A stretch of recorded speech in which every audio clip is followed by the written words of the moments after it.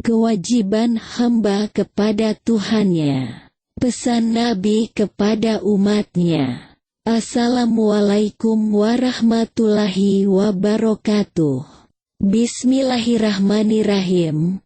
Konten ini disarikan dari tulisan Arif Rahman Khalid di Pustaka Buya Hamka di Jakarta. Semoga bermanfaat.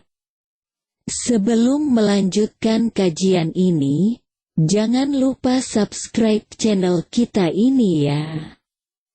Terima kasih. Semoga Allah selalu memberkahi hidup kita. Selain Al-Quran, sebagai sumber hukum dan rujukan bagi umat Islam adalah hadis-hadis dari Rasulullah Shallallahu Alaihi Wasallam. Berikut sejumlah uraian hadis sahih yang dapat kita petik sebagai ilmu dan wawasan berilmu dan beramal. Diriwayatkan dari Muaz bin Jabal radhiyallahu anhu, katanya, "Pernah aku mengikuti Nabi Shallallahu Alaihi Wasallam dalam satu perjalanan di mana aku berada di belakang Nabi. Nabi Shallallahu Alaihi Wasallam memanggil, 'Wahai Muaz bin Jabal.'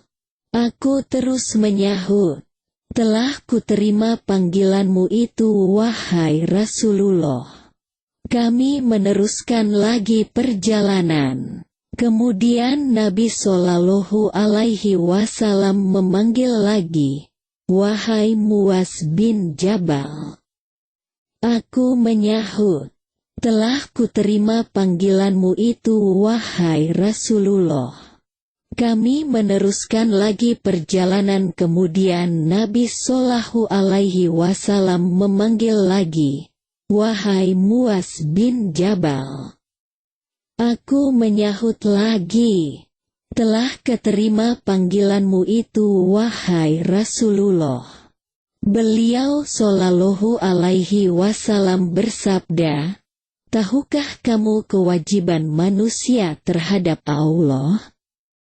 Aku menjawab, 'Allah dan Rasul-Nya lah yang lebih mengetahui.' Nabi bersabda, 'Kewajiban manusia terhadap Allah ialah dengan mengabdikan diri kepadanya tanpa menyekutukannya.' Kami meneruskan lagi perjalanan beberapa ketika kemudian Nabi Shallallahu Alaihi Wasallam memanggil lagi, 'Wahai Muaz bin Jabal.' Aku menyahut, 'Telah kuterima panggilanmu itu wahai Rasulullah.' Rasulullah Shallallahu Alaihi Wasallam bersabda, 'Tahukah engkau apakah kewajiban Allah terhadap manusia apabila mereka melakukan perkara-perkara yang aku nyatakan di atas?' Aku menjawab, 'Allah dan Rasul-Nya lah yang lebih mengetahui.'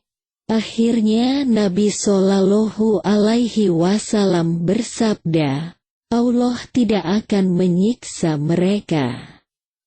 Hadis sahih riwayat Imam Bukhari di Kitabul Iman hadits nomor 18.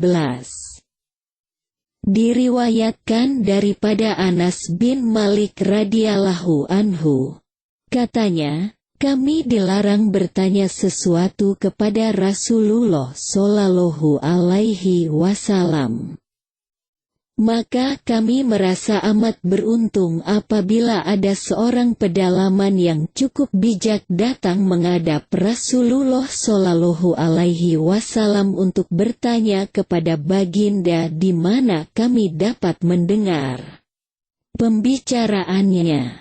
Kemudian datang pula seorang lelaki dari daerah pendalaman lalu bertanya baginda, 'Wahai Muhammad, utusanmu telah datang kepada kami dan menyatakan kepada kami bahwa engkau telah diutuskan oleh Allah.'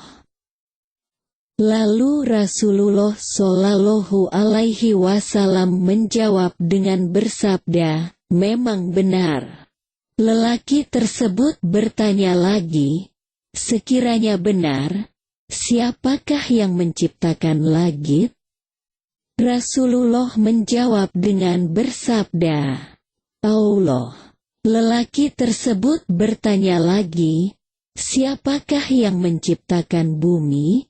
Rasulullah Shallallahu Alaihi Wasallam menjawab dengan bersabda, Allah.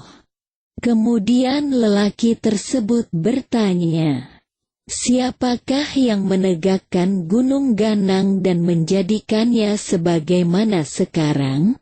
Rasulullah menjawab dengan bersabda, Allah. Lelaki tersebut terus bertanya, demi pencipta langit dan bumi serta menegakkan gunung ganang, adakah Allah yang telah mengutuskanmu? Rasulullah Shallallahu Alaihi Wasallam menjawab dengan bersabda, ya. Lelaki itu bertanya lagi, utusanmu mendakwa bahwa kami wajib mendirikan salat sebanyak 5 waktu sehari semalam. Rasulullah Shallallahu Alaihi Wasallam menjawab dengan bersabda, memang benar. Lelaki tersebut bertanya lagi, demi Allah yang mengutusmu, adakah Dia yang mewajibkan perkara ini kepadamu? Rasulullah menjawab dengan bersabda, iya. Lelaki tersebut bertanya, utusanmu mendakwa bahwa kami wajib mengeluarkan zakat dari harta kami. Rasulullah menjawab dengan bersabda, memang benar. Lelaki tersebut bertanya lagi, demi Allah yang mengutusmu, adakah Dia yang mewajibkan perkara ini kepadamu? Rasulullah Sallallahu Alaihi Wasallam menjawab dengan bersabda, ya. Lelaki tersebut berkata lagi, utusanmu juga mendakwa bahwa kami diwajibkan berpuasa pada bulan Ramadan setiap tahun.